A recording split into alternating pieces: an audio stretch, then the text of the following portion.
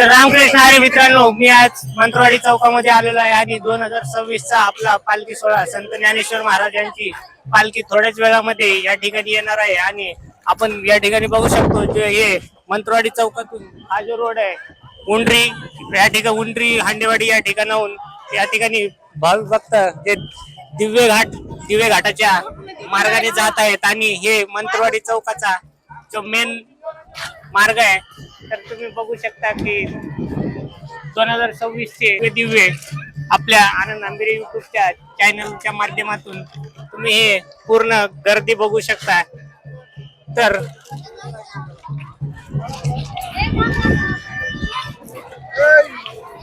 या ठिकाणी फक्त ज्ञानेश्वर माऊली आणि रामकृष्ण हरीच्या गजरामध्ये सारे वारकरी दंगून या ठिकाणी जात आहेत आणि पूर्ण तुम्ही बघू शकता की आज तुम्हाला कुठपर्यंत पण बघितलं तरी पूर्ण वारकरी दिसतात आणि हेच आपली महाराष्ट्राची संस्कृती आणि महाराष्ट्राची भूमी आहे।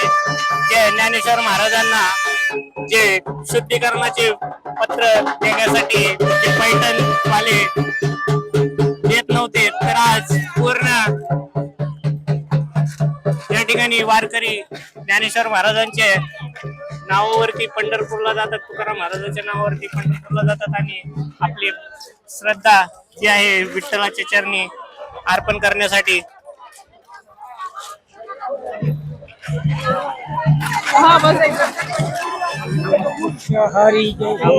पालखी सोहळा 2026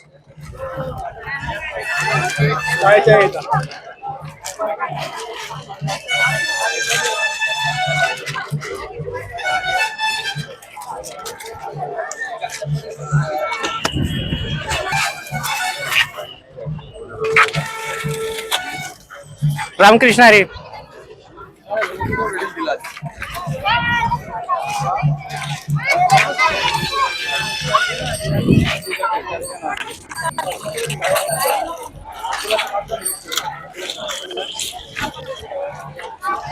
जय हरी माऊली भाऊ, कुठून आले?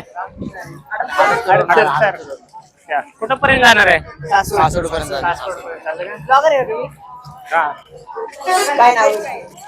आनंद आंबेरे नाही युट्यूब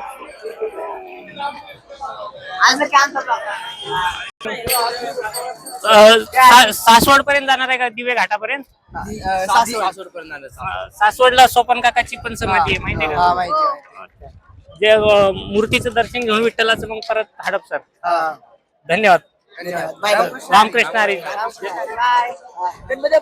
मोरया। रामकृष्ण हरी महाराज। रामकृष्ण हरी। तर ज्ञानेश्वर माऊली तुकाराम आपल्याला नेहमीच ऐकायला भेटतं, तर ज्ञानेश्वर महाराजाचं नाव आधी आणि तुकाराम महाराजाचं नाव नंतर का घेतात?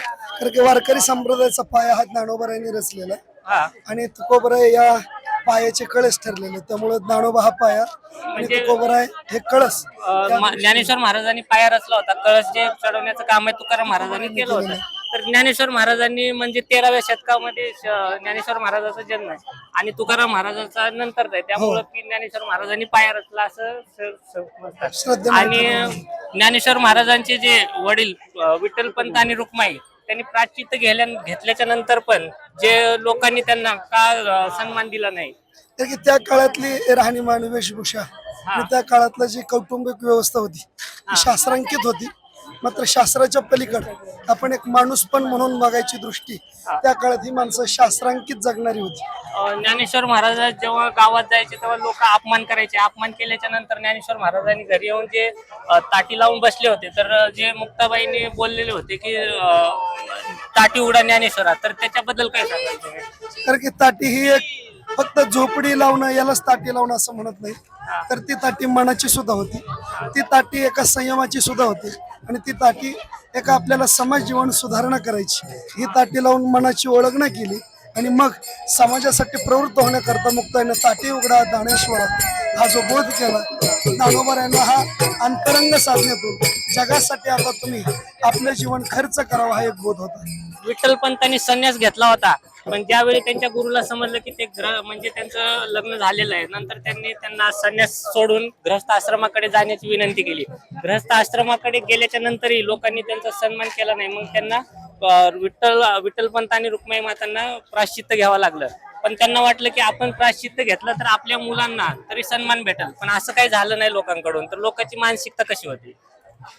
ते शास्त्रांकित जगणारी लोक होती आणि त्या काळात पगडा होता लोकांचा की शास्त्र म्हणेल ते सांडावे, हे राज्य ही तृण मानावे, या बोधाने जगणारी ही माणसं होती आणि त्या बोधानेच जगली. असं म्हणजे फक्त छळच झाला एवढ्याच तत्वाला तुम्ही धरून बसण्यापेक्षा त्या काळात अशीही खूप माणसं होती की ज्यांनी दानोबरायचा सन्मानपूर्वक त्याही काळात दिली. मात्र काही पगडा ज्या लोकांचा होता त्यांना अनुसरून त्याही जो त्रास होता त्या वहिवाटेत सर्व आवरत होते. ज्ञानेश्वर महाराजांचा जेव्हा अपमान केल्याच्या धन्यवाद. तर मित्रांनो, आपण आताच एका माऊलीशी संपर्क करून त्यांच्याशी बोललो की ज्ञानेश्वर महाराजाबद्दल किंवा तुकाराम महाराजाबद्दल. तर आणखी जे भाविक भक्त येत आहेत आपण त्यांच्याशी संपर्क साधू. तर तुम्ही माझ्या युट्यूब चॅनलच्या माध्यमातून हा व्हिडिओ बघू शकता. रामकृष्ण हरी माऊली. रामकृष्ण हरी. तर ज्ञानेश्वर महाराज जेव्हा पैठणला गेले होते शुद्धीकरणाचं प्रमाणपत्र घेण्यासाठी, तर पैठणवाल्यांनी त्यांना प्रमाणपत्र देण्यासाठी नकार दिला. तेव्हा ज्ञानेश्वर महाराजांनी रेड्याला वेद बोलायला लावले होते, त्याबद्दल काय सांगाल? त्यांना मान्य नव्हतं की ज्ञानेश्वर माऊली कुठल्या रेड्या करणं किंवा कुठल्या प्राण्यांकडनं असं वेद बोलून दाखवतील. त्यांना ते वाटत नव्हतं की असं काही होऊ शकतं म्हणून, पण त्यांनी ते करून दाखवलं.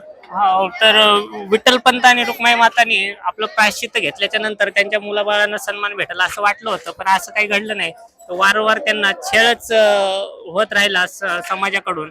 आणि आज जे लाखो वारकरी महाराजांची पालखी घेऊन पंढरपूरच्या दिशेने जात आहेत, तर हे नक्कीच त्यांचे ज्ञान म्हणजे ज्ञानेश्वर, ज्ञानेश्वरामध्येच ज्ञानदेव.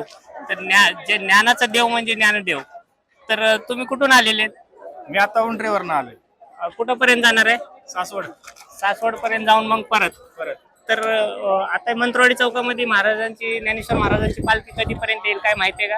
अजून पालखी बरेच महाग आहेत, तर पालखीला अजून यायला 1 तासभर तरी लागेल, कारण मागं भरपूर गर्दी आहे. रोडवरती पण जरा जागा कमी आहे, पब्लिक भरपूर आहे, गाड्या भरपूर समोर आल्या, त्यामुळे अजून भरपूर वेळ लागू शकतो. आणि खूप पाऊस पडत होता आणि जेव्हा टीव्ही मध्ये बातम्यामध्ये सांगत होते की इंद्रायणी लोकांना पालखीला पण पुढे येऊ देणार नाही किंवा लोकांना पुढे येऊ देणार नाही, जसं की पालखीचा दिवस आला तर इंद्रायणी पण मागे हटली, त्याबद्दल काय सांगणार? मागं हटावंच लागणार, कारण देवाचा बोलावा आल्यावर इंद्रायणीने तर त्यांना वाट करून दिली लगेच बाहेर जाण्यासाठी त्या दिवशी बरोबर. तर ज्या ज्ञानेश्वर महाराजांनी इंद्रायणीच्या काठी बसून एवढं तपस्या केली आणि इंद्रायणीच्या काठी बसून जे ज्ञानेश्वर महाराजांनी ज्ञानेश्वरी लिहिली, तर इंद्रायणीला पण ज्ञानेश्वर महाराजांचं महत्व कळून घेऊन ते स्वतःच मागे हटली, त्याबद्दल काय सांगाल? असं पहिल्यांदा झालं 20 वर्षामध्ये की इंद्रायणीला इतका पूर आला की पालखीच्या वेळेस नेमकं एवढं इंद्रायणीची फुलं वगैरे सगळे बुडून गेले. पण नेमकी पालखी जायच्या वेळेस बरोबर त्यांनी माघार घेतली इंद्रायणी. तर सगळ्यालाच अशक्य वाटत होतं की पालखी पालखी येऊ शकणार नाही किंवा आळंदीत कोण जाऊ शकणार नाही. जसे राज्याचे मुख्यमंत्री फडणवीसांनी पण सांगितलं होतं की आळंदीत जाऊ नका, अलीकडेच पुण्यामध्ये थांबा. पण असा दृष्टांत झाला की ज्ञानेश्वर महाराजांच्या कृपेने इंद्रायणी मागे हटली आणि सर्व वारकरी पूर्ण आज मंत्रवाडी ते दिवे घाट या रोड पर्यंत पोहोचलेले आहेत सुखरूपपणे. तर असं काही न घडता इंद्रायणीने पण ज्ञानेश्वर महाराजांचा एवढा त्याग बलिदान बघून इंद्रायणीने स्वतः माघारी घेतली, असं वाटतंय का तुम्हाला? वाटतं ना, कारण एक पण भाविक मंदिरापर्यंत गेला नाही. तिकडून पालखी आली त्या रस्त्याने, पण कोणालाही तिकडे जायची परवानगी नव्हती, कारण तो ब्रिज फार असा तुटायला आला होता. पण पालखी तिकडनं आली, सुखरूपरित्या समोर आली. तिकडे कुठे भाविकांना काही त्रास झाला नाही, कोणाला काही जीवितहानी झाली नाही, काही झालं नाही. संत तुकाराम महाराज आणि संत ज्ञानेश्वर महाराज हे प्रामुख्याने, महाराष्ट्र म्हणजे संताची भूमी. संत म्हणलं की हे 2 संत प्रामुख्याने येतात. तर संत तुकाराम महाराजांनी जेव्हा आपल्या गावामध्ये सुरुवात केली आणि जेव्हा इंद्रायणीच्या काठी येऊन जेव्हा भजन कीर्तन वगैरे करायला लागले, तर लोक त्यांचा जन्म महाराष्ट्रात शूद्र या जातीमध्ये झाल्यामुळे त्यांना शूद्र मानायचे. आणि त्यांचं जेव्हा मराठीमध्ये जेव्हा अभंग वगैरे सोप्या भाषेत द्यायचे, तर त्या लोकांचं म्हणणं होतं की तुम्ही संस्कृत भाषेमध्ये सांगा किंवा तुम्ही शूद्र आहेत सांगूच नका. तर तुकाराम महाराजांनी जे गाथा पाण्यामध्ये बुडवली, तर मुंबाजी भट, रामजी भट, तर त्याबद्दल काय सांगाल? गाथा बुडवली त्यांना भरपूर त्यावेळेस त्रास दिला. त्यांनी चांगले कार्य केले, परंतु त्यांना त्यामध्ये भरपूर जणांचा विरोध केला, त्रास दिला, त्यांना गाथा बुडवायला लावली. पण मातेने त्यांना इंद्रायणी मातेने परत त्यांना गाथा मिळवून दिली. गाथा काही बुडली नाही, शेवटी गाथा जसे तसे महाराजांना भेटली. नाही बुडाली, शेवटी परत इंद्रायणी मातेने त्यांना बाहेर आणून दिली पाण्यात. रामकृष्ण हरी.